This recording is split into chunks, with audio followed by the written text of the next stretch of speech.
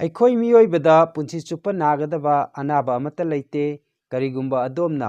ꯑꯆꯨꯝꯕ ꯂꯝꯕꯤꯗ ꯈꯣꯡꯊꯥꯡ ꯆꯨꯝꯅ ꯊꯥꯡꯕ ꯇꯥꯔꯒꯗꯤ ꯍꯥꯏ ꯃꯌꯥꯝ ꯑꯩ ꯏꯁꯥꯃꯛ Rameshwar Thokchom nice and wise expert and medical nutritionist ꯉꯁꯤꯒꯤ ꯚꯤꯗꯤꯑꯣ ꯑꯁꯤꯗ ꯑꯗꯣꯝꯅ ꯍꯪꯕꯤꯔꯛꯄ ꯋꯥꯍꯪꯁꯤꯡꯒꯤ ꯄꯥꯎꯈꯨꯝ ꯑꯩ ꯑꯃꯠꯇ ꯆꯤꯊꯗꯅ ꯄꯤꯅꯅꯕ ꯍꯣꯠꯅꯖꯒꯦ ꯑꯗꯨꯅ ꯚꯤꯗꯤꯑꯣ ꯑꯁꯤ ꯂꯣꯏꯕ ꯐꯥꯎꯕ ꯌꯦꯡꯕꯤꯌꯨ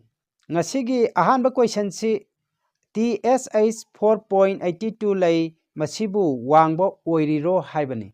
ꯑꯩꯈꯣꯏꯅ ꯊꯥꯏꯔꯣꯏꯗꯀꯤ ꯄ꯭ꯔꯣꯕ꯭ꯂꯦꯝ ꯂꯥꯛꯄ ꯃꯇꯝꯗ ꯇꯦꯁ ꯑꯍꯨꯝ ꯀꯃꯟ ꯑꯣꯏꯅ ꯇꯧꯅꯩ ꯃꯁꯤꯗ TSH ꯍꯥꯏꯕꯗꯤ ꯊꯥꯏꯔꯣꯏꯗ ꯁ꯭ꯇꯤꯃꯨꯂꯦꯇꯤꯡ ꯍꯣꯔꯃꯣꯟ ꯍꯥꯏꯕ ꯃꯁꯤ ꯀꯃꯟ ꯑꯣꯏꯅ ꯇꯧꯅꯩ ꯍꯥꯏꯔꯤꯕ ꯇꯦꯁ ꯑꯁꯤꯒꯤ ꯅꯝꯕꯔꯁꯤ ꯅꯣꯔꯃꯦꯜ ꯔꯦꯟꯖꯁꯤ ꯑꯩꯈꯣꯏꯅ ꯑꯌꯥꯝꯕ ꯂꯦꯕꯣꯔꯦꯇꯔꯤꯗ ꯊꯝꯃꯤꯁꯤ ꯑꯩꯈꯣꯏꯅ 5ꯀꯤ ꯃꯈꯥꯗ ꯂꯩꯕ ꯇꯥꯔꯒꯗꯤ ꯑꯩꯈꯣꯏꯅ ꯅꯣꯔꯃꯦꯜꯅꯦꯅ ꯂꯧꯅꯩ ꯑꯗꯨꯅ ꯑꯗꯣꯝꯒꯤ ꯑꯣꯏꯔꯤꯕ ꯊꯥꯏꯔꯣꯏꯗꯀꯤ ꯔꯤꯄꯣꯔꯠ ꯑꯁꯤ ꯅꯣꯔꯃꯦꯜꯅꯤ ꯍꯥꯏꯅ ꯊꯝꯖꯒꯦ ꯃꯇꯥꯡꯁꯤꯗ ꯑꯩꯈꯣꯏꯅ ꯈꯪꯃꯤꯟꯅꯒꯗꯕꯁꯤ ꯑꯩꯈꯣꯏꯒꯤ ꯊꯥꯏꯔꯣꯏꯗ ꯁ꯭ꯇꯤꯃꯨꯂꯦꯇꯤꯡ ꯍꯣꯔꯃꯣꯟ ꯍꯥꯏꯔꯤꯕ ꯃꯁꯤꯒꯤ ꯔꯤꯗꯤꯡꯁꯤ ꯑꯩꯈꯣꯏꯅ 0.5ꯇꯒꯤ 5 ꯐꯥꯎꯕꯒꯤ ꯃꯅꯨꯡꯗ ꯂꯩꯕ ꯇꯥꯔꯒꯗꯤ ꯃꯗꯨ ꯅꯣꯔꯃꯦꯜꯅꯦꯅ ꯂꯧꯒꯅꯤ ꯑꯗꯨꯕꯨ ꯑꯗꯣꯝꯒꯤ ꯔꯤꯗꯤꯡ ꯑꯗꯨ ꯍꯥꯏꯔꯤꯕ ꯅꯝꯕꯔ ꯑꯁꯤꯗꯒꯤ ꯈꯔ ꯍꯦꯜꯂꯕꯁꯨ ꯑꯗꯣꯝꯗ ꯀꯔꯤꯒꯨꯝꯕ ꯁꯤꯝꯇꯣꯝ ꯑꯃꯠꯇ ꯂꯩꯇꯕ ꯇꯥꯔꯒꯗꯤ ꯑꯗꯣꯝ ꯀꯔꯤꯁꯨ ꯆꯤꯡꯅꯅꯤꯡꯉꯥꯏ ꯂꯩꯇꯦ ꯍꯥꯏꯅ ꯊꯝꯖꯒꯦ ꯃꯊꯪꯒꯤ ꯀꯣꯏꯁꯟ ꯑꯁꯤ ꯁꯥꯔ ꯀꯣꯕꯤ ꯍꯪꯒꯥꯝ ꯆꯥꯕꯁꯤ ꯍꯥꯏꯄꯣꯊꯥꯏꯔꯣꯏꯗꯤꯖꯝꯗ ꯌꯥꯕ꯭ꯔꯥ ꯍꯥꯏꯕꯤꯔꯛꯎ ꯍꯥꯏꯕꯅꯤ ꯃꯁꯤꯒꯤ ꯑꯟꯁꯔ ꯑꯣꯏꯅ ꯑꯩ ꯑꯗꯣꯝꯅ ꯀꯣꯕꯤ ꯑꯃꯗꯤ ꯍꯪꯒꯥꯝ ꯆꯥꯕ ꯀꯔꯤꯁꯨ ꯀꯥꯏꯗꯦ ꯇꯧꯕꯇꯕꯨ ꯃꯁꯤ ꯑꯩꯈꯣꯏꯅ ꯀꯅꯥꯒꯨꯝꯕ ꯄꯦꯁꯦꯟ ꯈꯔꯗ ꯑꯩꯈꯣꯏꯅ ꯍꯥꯏꯔꯤꯕ ꯀꯣꯕꯤꯒꯨꯝꯕ ꯆꯥꯕ ꯃꯇꯝꯗ ꯃꯉꯣꯟꯗ ꯅꯨꯡꯉꯥꯏꯇꯕ ꯐꯥꯎꯕ ꯌꯥꯎꯔꯛꯇꯕꯁꯨ ꯅꯠꯇꯦ ꯑꯗꯨꯅ ꯃꯁꯤ ꯃꯤ ꯈꯨꯗꯤꯡꯃꯛꯇ ꯑꯩꯈꯣꯏꯅ ꯌꯥꯗꯦ ꯍꯥꯏꯕꯗꯨꯗꯤ लानगनी अदोमना चारबा मतमदा अदोमदा करिगुंबा अकाइबा नुंगाइतबा अमता पिरक्तबा तारगदी अदोम कोबी अमदी हंगाम चाबदा करिसु अकाइबा लेते हाइना थमजगे मथंगी क्वेश्चन सी sir I have 97 at fasting and 283 at pp हाइदी पोस्ट पेंड्रेन why मांगना हंगीबा क्वेश्चन सी अखोइना माकी फास्टिंग ददी अखोइगी शुगर सी नेमना लेरगा pp हाइदी पोस्ट पेंड्रेन दना वांग खटखरिबसी मसी करिगिनो हाइबनी मसीदा आइना पिजनिंगिबा आंसर दी ब्लड शुगर ओन बाहाइबसे करिनो हाइबसे हाना खंगमिनबा अमा दरकार ताय अखोइना ओलिबजे आइगी ब्लड ता यावबा ग्लूकोज गी चांग अदु ओन बनेबा अदुना अखोइना चाक कुंबा चारोबा मतुंगददी अखोइना हाइरिबा पोटसे मदुदा लाइबा रीडिंग अदो अखोइना कयानो हाइना येंगबा मतमदा मदुदा वांगबा तारगदी अखोइना कया यामना वांगबाबु अवांगबा हाइगदगे हाइबा तारगदी अखोइना 250 मसीदगी वांगखिबा तारगदी अखोइना मदु शुगर की प्रॉब्लम लेरे हैना लौगनी अदुबु अदोंगी लाइबा पीपी असि अखोइना खरा वांगे हैना लौगनी अदु मसी अतैगी नते अदोंगी ब्लड शुगर सिगी प्रॉब्लम खरा लाकपा हौरे हाइबदु ताइबनी अदुना अदोम चक्चाइ थक अमदि पुंसि महिंग सेमतोक्तुना हाइबा ब्लड शुगर की रिपोर्ट असि अखोइना अमु हंथनब होनबगी तंगाइ फदबा अमा लै अदुना अइगी ममांगदा सेमजखिबा DIP डाइट हाइबा अदुगी वीडियो अदु यामना ममुत ताने येंबियु अदुगा मदुदा अइना हारिबा चक्चाइ थक अदु फजने इनबियु अदोम नुमिन इनी हुमनिगी मनुंगदा अदोंगी ब्लड शुगर से अखोइना अदुम नॉर्मल रेंज दा लाकपा ngomgani हाइना थमजगे लोइनाना अदोंगी क्वेश्चन सिदा अदोमदा सममनबा अमसु लैरि मदुदी अखोइना फास्टिंग दना नेमगा अखोइना चाक तोबा मतुंगदा ओनबा रिपोर्ट सिना करिगी वांगिबनो हाइबसे अदोमदा यामना तोइना हंगबा क्वेश्चन अमा माली अखोइना फास्टिंग दा लाइबा रिपोर्ट से मसी येंगलगा अखोइना मी अमबु डायबिटीज लै नत्रगा लैते हाइना लेपसिसु अखोइना मसी यामना चुमदबा वाफमने हाइना थमजगे करिगिनो हाइबा मतमदा अखोइना फास्टिंग दा लाइबा ब्लड शुगर सिदी मसी तोंगानबल मेकानिज्म अमनेबा अखोइगी लिवर गा मरी लेनबा सिगी मतांगदा अई ममुताना मतुंग ताबदा मुक वीडियो अमा सेमदुना मयामदा हेना क्लियर ओइननबा वीडियो अमा सेमजरके नतबा तारगदि ngasiगी wahang pakhungi video asi yamna sangtokhragani मथंगी हंगबिरीबा क्वेश्चन सी बीपी की हिदाकती चारी माकी बीपी सी 135/90 लै करमना गुली थादोकनी प्लीज हाइबिर ओ हाइबनी बीपी की गुली थादोकपगी मतंग सिदी अइना ममांगदसु हाइजगरे अदोमना गुली चादुना लैरिबा ओइबनिना अदोमना बीपी की गुली अछि थादोकनबगीदमक्ता अखोइना एक्सपर्ट अमगा तानबगी तंगाइ फदबा लै अदोमना अइंगोंदा ताननिंगबा लैबा तारगदी अइगी पिजरिबा हेल्पलाइन नंबर सिदा कॉल तौबिरलगा अदोमना करमना प्रोसेस तौगदगे हाइबदुगी डिटेल्स तु लौबियो हाइना थमजगे मथंगी क्वेश्चन सी सर बीपी की गुली चाद्रिबा मी अमना बीपी खरा वांगलबदी करमबा चिंजाक चारगा करमबा चिंजाक कक्थलगा नॉर्मल ओहनबा यागदगे मरिक चुमना हाइबिर उ हाइबनी अदोंगी वहांग असिगी पाखुमसी अइ समाइना पिजगे ꯑꯗꯣꯝꯅ ꯒꯨꯂꯤ ꯆꯥꯕ ꯍꯧꯗ꯭ꯔꯤ ꯍꯥꯏꯔꯕꯅꯤꯅ ꯑꯩꯒꯤ ꯃꯃꯥꯡꯗ ꯁꯦꯝꯖꯈꯤꯕ DIP diet ꯍꯥꯏꯕ ꯑꯗꯨꯒꯤ ꯚꯤꯗꯤꯑꯣ ꯑꯗꯨ ꯃꯃꯨꯠ ꯇꯥꯅ ꯌꯦꯡꯕꯤꯌꯨ ꯃꯗꯨꯗ ꯑꯩꯅ ꯍꯥꯏꯔꯤꯕ ꯆꯥꯛꯆꯥ ꯏꯊꯛ ꯑꯗꯣ ꯐꯖꯅ ꯏꯟꯕꯤꯌꯨ ꯃꯗꯨ ꯑꯗꯣꯝꯅ ꯐꯖꯅ ꯏꯟꯕ ꯇꯥꯔꯒꯗꯤ ꯅꯨꯃꯤꯠ 6ꯅꯤꯒꯤ ꯃꯅꯨꯡꯗ ꯑꯗꯣꯝꯒꯤ BP ꯑꯗꯨ ꯅꯣꯔꯃꯦꯜ ꯑꯣꯏꯔꯛꯀꯅꯤ ꯍꯥꯏꯅ ꯊꯝꯖꯒꯦ ꯃꯊꯪꯒꯤ ꯀ꯭ꯋꯦꯁꯟꯁꯤ ꯁꯥꯔꯅ ꯍꯥꯏꯕꯤꯕꯗ ꯍꯧꯖꯤꯛ ꯃꯌꯥꯝꯅ ꯆꯥꯅꯔꯤꯕ ꯊꯨꯝ ꯆꯥꯕꯒꯤ ꯃꯍꯨꯠꯇ ꯃꯩꯇꯩ ꯊꯨꯝ ꯑꯣꯏꯅ ꯇꯥꯛꯄꯤ ꯑꯗꯨꯕꯨ ꯁꯥꯔ ꯑꯥꯏꯑꯣꯗꯤꯟ ꯌꯥꯎꯗꯕ ꯊꯨꯝ ꯆꯥꯕꯗ ꯑꯀꯥꯏꯕ ꯑꯣꯏꯔꯣꯏꯗ꯭ꯔꯥ ꯍꯥꯏꯕꯅꯤ ꯑꯗꯣꯝꯒꯤ ꯑꯟꯁꯔ ꯑꯁꯤ ꯑꯩ ꯁꯨꯃꯥꯏꯅ ꯄꯤꯖꯒꯦ ꯌꯦꯁ ꯑꯩꯈꯣꯏ ꯑꯥꯏꯑꯣꯗꯤꯟ ꯍꯥꯏꯕꯁꯤ ꯑꯩꯈꯣꯏ ꯃꯤꯑꯣꯏꯕꯗ ꯌꯥꯝꯅ ꯗꯔꯀꯥꯔ ꯑꯣꯏꯕ ꯑꯗꯨꯒꯨꯝꯕ ꯄꯣꯠꯁꯛ ꯑꯃꯅꯤ ꯇꯧꯕꯇꯕꯨ ꯑꯩꯈꯣꯏꯅ ꯊꯨꯝ ꯑꯃꯗꯤ ꯑꯥꯏꯑꯣꯗꯤꯟꯒꯤ ꯀꯅꯦꯛꯁꯟ ꯑꯁꯤ ꯑꯩꯈꯣꯏꯅ ꯈꯔ ꯃꯈꯩ ꯊꯥꯗꯠꯄ ꯗꯔꯀꯥꯔ ꯑꯣꯏꯌꯦꯅ ꯂꯧꯏ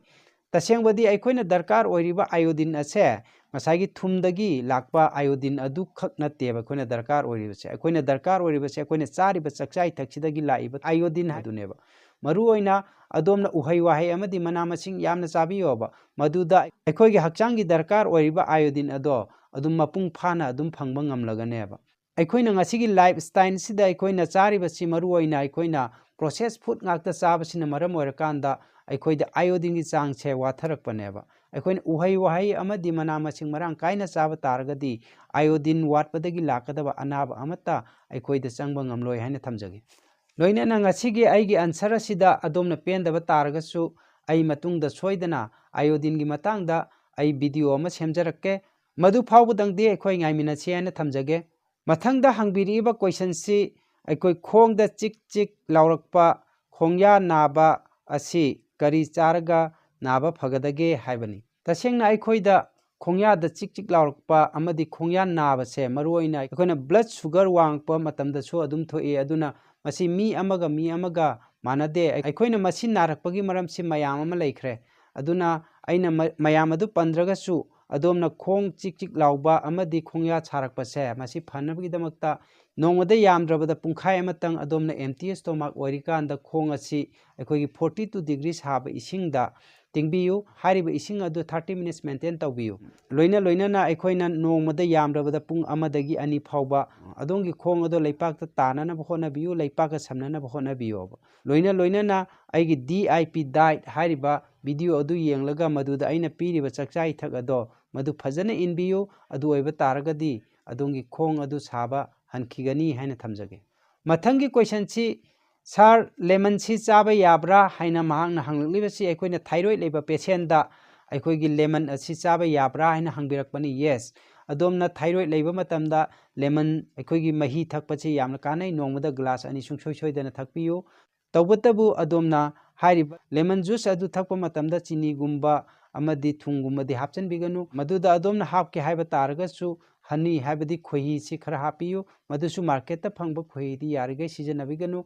ꯑꯩꯈꯣꯏꯅ ꯈꯨꯜꯂꯛꯇ ꯁꯨꯡꯕ ꯑꯁꯦꯡꯕ ꯈꯣꯏꯍꯤ ꯑꯗꯨ ꯁꯤꯖꯤꯟꯅꯕꯤꯌꯨ ꯍꯥꯏꯅ ꯊꯝꯖꯒꯦ ꯃꯊꯪꯒꯤ ꯀ꯭ꯋꯦꯁꯟ ꯑꯁꯤ ꯄ꯭ꯔꯣꯁꯦꯁ ꯐꯨꯗ ꯍꯥꯏꯕꯁꯤ ꯑꯦꯛꯁꯄ꯭ꯂꯦꯅꯦꯁꯟ ꯇꯧꯕꯤꯔꯛꯎ ꯍꯥꯏꯕꯅꯤ ꯑꯩꯈꯣꯏꯅ ꯄ꯭ꯔꯣꯁꯦꯁ ꯐꯨꯗ ꯍꯥꯏꯕꯁꯦ ꯑꯩꯈꯣꯏꯅ ꯅꯦꯆꯔꯒꯤ ꯑꯣꯏꯕ ꯄꯣꯠꯁꯤꯡꯁꯦ ꯃꯁꯤꯗꯒꯤ ꯁꯦꯝꯗꯣꯛꯂꯒ ꯑꯩꯈꯣꯏꯅ ꯁꯤꯖꯤꯟꯅꯔꯤꯕ ꯄꯣꯠ ꯆꯩꯁꯤꯡꯁꯦ ꯑꯁꯤꯕꯨꯅꯦꯕ ꯇꯧꯕꯇꯕꯨ ꯃꯇꯥꯡꯁꯤꯗ ꯑꯩꯈꯣꯏꯅ ꯅꯩꯅꯒꯗꯕꯁꯤ ꯑꯩꯈꯣꯏꯅ ꯈꯔꯇꯃꯛ ꯄ꯭ꯔꯣꯁꯦꯁ ꯇꯧꯕ ꯑꯃꯗꯤ ꯌꯥꯝꯅ ꯄ꯭ꯔꯣꯁꯦꯁ ꯇꯧꯕ ꯍꯥꯏꯅ ꯃꯈꯜ 2-3 ꯊꯣꯛꯅ ꯅꯩꯅꯕ ꯌꯥꯏ ꯃꯁꯤꯗ ꯑꯩꯈꯣꯏꯅ ꯈ꯭ꯋꯥꯏꯗꯒꯤ ꯃꯔꯨꯑꯣꯏꯅ ꯑꯩꯈꯣꯏꯅ ꯆꯦꯛꯁꯤꯟꯒꯗꯕꯁꯤ ꯄꯦꯀꯦꯠꯇ ꯂꯥꯛꯏꯕ ꯄꯣꯠꯁꯤꯡꯁꯦ ꯃꯁꯤ ꯌꯥꯝꯅ ꯄ꯭ꯔꯣꯁꯦꯁ ꯇꯧꯔꯕ ꯄꯣꯠ ꯉꯥꯛꯇꯅꯦꯕ ꯑꯗꯨꯅ ꯑꯩꯈꯣꯏꯅ ꯅꯦꯆꯔꯒꯤ ꯑꯣꯏꯔꯤꯕ ꯄꯣꯠꯁꯤꯡꯁꯤꯗ ꯀꯌꯥ ꯌꯥꯝꯅ ꯁꯦꯝꯗꯣꯛꯈ꯭ꯔꯕꯒꯦ ꯍꯥꯏꯕꯗꯣ ꯑꯗꯨꯒꯤ ꯃꯇꯨꯡꯏꯟꯅ ꯑꯩꯈꯣꯏ ꯍꯛꯆꯥꯡꯗꯁꯨ ꯁꯣꯛꯄꯒꯤ ꯆꯥꯡꯁꯦ ꯍꯦꯜꯂꯛꯏ ꯍꯥꯏꯕ ꯐꯣꯔ ꯑꯦꯛꯖꯥꯝꯄꯜ ꯑꯩꯈꯣꯏꯅ ꯀꯃꯟ ꯑꯣꯏꯅ ꯃꯌꯥꯝꯅ ꯌꯥꯝ ꯇꯣꯏꯅꯁꯨ ꯆꯃꯝꯅꯕ ꯑꯃꯁꯨ ꯂꯩꯕ ꯑꯩꯈꯣꯏꯅ ꯆꯦꯡ ꯑꯃꯗꯤ ꯒꯦꯍꯨꯒꯤ ꯃꯇꯥꯡꯗ ꯑꯩ ꯉꯁꯤꯒꯤ ꯑꯗꯣꯝꯒꯤ ꯄ꯭ꯔꯣꯁꯦꯁꯀꯤ ꯐꯨꯗꯁꯤꯗ ꯑꯦꯛꯖꯥꯝꯄꯜ ꯑꯃ ꯑꯣꯏꯅ ꯊꯝꯖꯔꯝꯒꯦꯕ ꯑꯩꯈꯣꯏꯅ ꯆꯦꯡꯁꯤ ꯃꯁꯤ ꯑꯩꯈꯣꯏꯅ ꯃꯤꯜꯗ ꯇꯛꯏꯕꯁꯦ ꯃꯁꯤꯁꯨ ꯄ꯭ꯔꯣꯁꯦꯁ ꯑꯃꯅꯦꯕ ꯑꯗꯨꯕꯨ ꯃꯁꯤꯗ ꯇꯧꯔꯤꯕ ꯄ꯭ꯔꯣꯁꯦꯁꯁꯤꯗꯤ ꯌꯥꯝꯅ ꯄ꯭ꯔꯣꯁꯦꯁ ꯇꯧꯗꯕ ꯍꯥꯏꯅ ꯈꯪꯅꯒꯅꯦꯕ ꯑꯗꯨꯕꯨ ꯑꯩꯈꯣꯏꯅ ꯆꯥꯅꯔꯤꯕ ꯌꯥꯝ ꯑꯁꯦ ꯃꯁꯤꯗꯤ ꯍꯦꯟꯅ ꯄ꯭ꯔꯣꯁꯦꯁ ꯇꯧꯔꯒ ꯑꯃꯨꯛ ꯂꯥꯛꯑꯕꯅꯦꯕ ꯍꯥꯏꯕꯗꯤ ꯃꯍꯥꯛꯁꯤ ꯑꯩꯈꯣꯏꯅ ꯒꯦꯍꯨꯗꯒꯤ ꯄꯥꯎꯗꯔ ꯇꯥꯅꯅꯕ ꯁꯦꯝꯃꯕ ꯃꯇꯨꯡꯗ ꯃꯗꯨꯒꯤ ꯃꯇꯨꯡꯗ ꯑꯃꯨꯛ ꯃꯗꯨ ꯃꯇꯝ ꯁꯥꯡꯅ ꯂꯤꯕ ꯌꯥꯅꯅꯕ ꯍꯥꯏꯅ ꯑꯩꯈꯣꯏꯅ ꯀꯦꯃꯤꯀꯦꯜ ꯃꯌꯥꯝ ꯑꯃ ꯍꯥꯞꯄꯒ ꯊꯥꯔꯛꯈ꯭ꯔꯕꯅꯦꯕ ꯑꯗꯨꯅ ꯍꯥꯏꯔꯤꯕ ꯄꯣꯠꯁꯤꯡꯁꯦ ꯑꯩꯈꯣꯏꯅ ꯃꯁꯤ ꯄ꯭ꯔꯣꯁꯦꯁꯅꯦꯕ ꯂꯣꯏꯅꯅ ꯕꯤꯁꯀꯤꯠ ꯍꯥꯏꯔꯣ ꯕꯤꯁꯀꯤꯠꯁꯤꯗꯤ ꯃꯣꯔ ꯄ꯭ꯔꯣꯁꯦꯁꯅꯦꯕ ꯑꯃꯨꯛ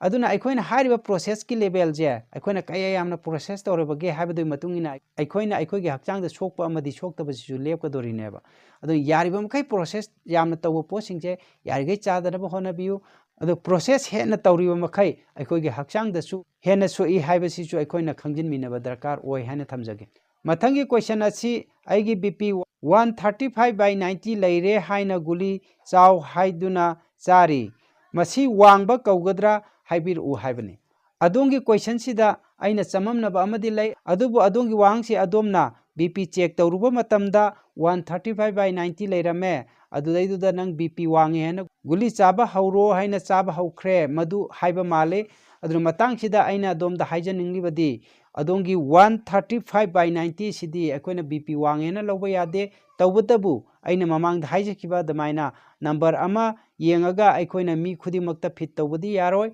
ꯑꯗꯨꯅ ꯍꯥꯏꯔꯤꯕ ꯅꯝꯕꯔ ꯑꯗꯨ ꯂꯩꯔꯒꯁꯨ ꯑꯗꯣꯝꯗ ꯄ꯭ꯔꯣꯕ꯭ꯂꯦꯝ ꯑꯃꯠꯇ ꯂꯩꯇꯕ ꯇꯥꯔꯒꯗꯤ ꯍꯥꯏꯕꯗꯤ ꯑꯩꯈꯣꯏꯅ ꯀꯝꯄ꯭ꯂꯦꯟ ꯑꯃꯠꯇ ꯑꯗꯣꯝꯒꯤ ꯍꯛꯆꯥꯡꯗ ꯂꯩꯇꯕ ꯇꯥꯔꯒꯗꯤ ꯑꯗꯣꯝ BP ꯋꯥꯡꯗꯦꯅ ꯂꯧꯒꯅꯤ ꯑꯗꯨꯒ ꯍꯥꯏꯔꯤꯕ ꯅꯝꯕꯔ ꯑꯗꯨꯗ ꯑꯗꯣꯝꯅ BPꯒꯤ ꯁꯤꯝꯇꯣꯝ ꯂꯥꯛꯄ ꯇꯥꯔꯒꯗꯤ ꯑꯗꯣꯝ BP ꯋꯥꯡꯉꯦꯅ ꯂꯧꯒꯅꯤ ꯑꯗꯨꯒ ꯑꯃꯅ ꯑꯗꯣꯝꯅ BPꯒꯤ ꯍꯤꯗꯥꯛ ꯆꯥꯔꯒ ꯑꯗꯣꯝꯅ ꯀꯟꯇ꯭ꯔꯣꯜ ꯇꯧꯔꯦ ꯍꯥꯏꯗꯨꯅ ꯑꯗꯣꯝ BPꯒꯤ ꯑꯅꯥꯕꯗꯒꯤ ꯐꯔꯦ ꯍꯥꯏꯅ ꯂꯧꯕꯗꯤ ꯂꯥꯟꯒꯅꯤ BPꯒꯤ ꯀꯟꯇ꯭ꯔꯣꯜ ꯇꯧꯕ ꯍꯥꯏꯕꯁꯤꯅ ꯑꯩꯈꯣꯏꯗ ꯄꯤꯔꯤꯕꯁꯤ ꯑꯗꯣꯝ ꯐꯔꯦ ꯅꯠꯇ꯭ꯔꯒ ꯐꯠꯇꯦ ꯍꯥꯏꯕ ꯂꯦꯞꯄ ꯌꯥꯕ ꯅꯠꯇꯦ ꯑꯗꯣꯝꯅ BPꯒꯤ ꯍꯤꯗꯥꯛ ꯆꯥꯔꯒ ꯀꯟꯇ꯭ꯔꯣꯜ ꯇꯧꯔꯤ ꯍꯥꯏꯕꯁꯤꯗꯤ ꯑꯗꯣꯝ ꯅꯥꯕ ꯐꯔꯦ ꯍꯥꯏꯕ ꯌꯥꯗꯦ ꯑꯗꯨꯅ BPꯗꯣ ꯅꯣꯔꯃꯦꯜ ꯂꯥꯛꯑꯒꯁꯨ ꯑꯗꯣꯝ ꯒꯨꯂꯤ ꯑꯗꯨꯝ ꯆꯥꯗꯨꯅ ꯂꯩꯕ ꯗꯔꯀꯥꯔ ꯑꯣꯏ ꯀꯔꯤꯒꯨꯝꯕ ꯑꯗꯣꯝꯅ ꯒꯨꯂꯤ ꯑꯁꯤ ꯊꯥꯗꯣꯛꯅꯤꯡꯕ ꯂꯩꯕ ꯇꯥꯔꯒꯗꯤ ꯑꯩꯒꯤ ꯍꯦꯜꯞꯂꯥꯏꯟ ꯅꯝꯕꯔꯁꯤꯗ ꯀꯣꯟꯇꯦꯛ ꯇꯧꯕꯤꯔꯛꯇꯨꯅ ꯗꯤꯇꯦꯜꯁ ꯂꯧꯕꯤꯔꯒ ꯒꯨꯂꯤ ꯑꯗꯨ ꯊꯥꯗꯣꯛꯅꯕ ꯍꯣꯠꯅꯕꯤꯌꯨ ꯍꯥꯏꯅ ꯊꯝꯖꯒꯦ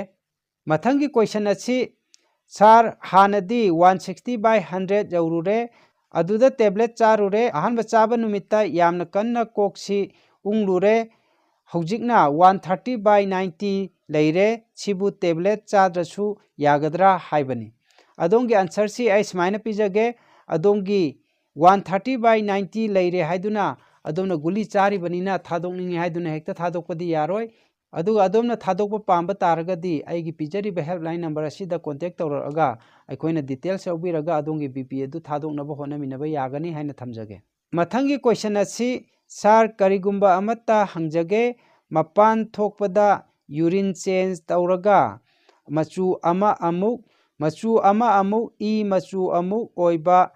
ꯂꯩꯀꯥꯡ ꯃꯆꯨ ꯑꯃꯨꯛ ꯑꯣꯏꯕ ꯃꯁꯤꯕꯨ ꯀꯔꯤ ꯑꯣꯏꯕ ꯌꯥꯒꯦ ꯁꯥꯔ ꯚꯤꯗꯤꯑꯣ ꯑꯃꯨꯛꯇ ꯁꯦꯝꯕꯤꯔꯛꯎ ꯍꯥꯏꯕꯅꯤ ꯑꯗꯣꯝꯒꯤ ꯋꯥꯍꯪꯁꯤꯒꯤ ꯄꯥꯎꯈꯨꯝꯁꯤ ꯑꯩ ꯁꯨꯃꯥꯏꯅ ꯄꯤꯖꯒꯦ ꯑꯩꯈꯣꯏꯅ ꯌꯨꯔꯤꯟ ꯆꯦꯟꯖ ꯇꯧꯔꯛꯄ ꯍꯥꯏꯕꯁꯦ ꯃꯈꯜ ꯃꯌꯥꯝ ꯑꯃꯗ ꯇꯧꯔꯛꯏ ꯑꯩꯈꯣꯏꯅ ꯗꯤꯍꯥꯏꯗ꯭ꯔꯦꯁꯟ ꯑꯣꯏꯔꯒꯁꯨ ꯌꯨꯔꯤꯟ ꯆꯦꯟꯖ ꯇꯧꯔꯛꯏ ꯍꯥꯏꯕꯗꯤ ꯑꯩꯈꯣꯏꯗ ꯏꯁꯤꯡ ꯋꯥꯠꯄꯗꯒꯤꯁꯨ ꯑꯗꯨꯝ ꯌꯨꯔꯤन चेंज तौरकनी इसिंगी चांग हेलगसु यूरिन जी चेंज तौई अमदी अखोइना किडनी की प्रॉब्लम लेरगसु यूरिन चेंज तौरई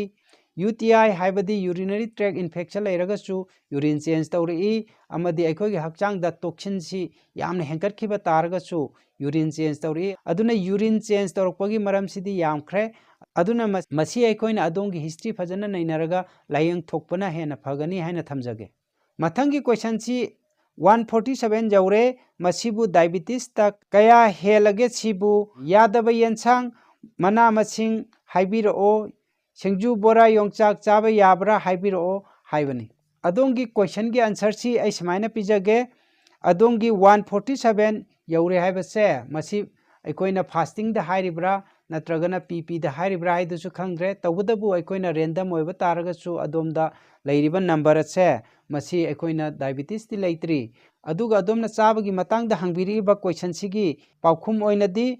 अदोमना सिंजू चाबा याय अदुबु बोरा सिदी यारिगै चादबना फै मपान थोंगना चानिंगबा तारगसु नोंफादो युमदा होरगा चाबियु लोइनाना योंगचाक चाबा याय करिसु अकाइबा लैते अदोमना डायबिटीज की ओइना चारोइदबा चिंजाकती अखोइना कार्बोहाइड्रेट सिंगसे मसी चारोइदबनेबा हाइबदी अखोइना चनांग यामना यावबा पोसिंगसे यारिगै यामना चादनबा होनबियु मसीसि सुंचा चारुनु हाइबा नते अखोइना आलू ओइरो अदुम मयान ओइना चाबा याय तबुदबो अखोइना आलू चारकपा मतमदा अखोइ मैतैगी चकचाइ थक्तै योंगचाक आलू इरोनबा हारगा अखोइना तेंकोल अमा चाथोकपा असिगुंबसिदी फत्ते हाइना थमजगे लोइनाना अखोइना हौजिक चानरिबा चाक पुखम चाबसे मसीगी हैबिट सिसु खरा हंथबा दरकार ओय अखोइना डायबिटीज नाहलोइगे हाइबा तारगदी लोइनाना लोइसिलकपदा अइना मयामदा हाइजनिंगलिबदी अदोम क्वेश्चन हंगबिरकपा लेपिगनु अइसु सुंगसोइ सोइदना अदोंगी क्वेश्चन की आंसर मपुंग फाना पीनबा होनजगे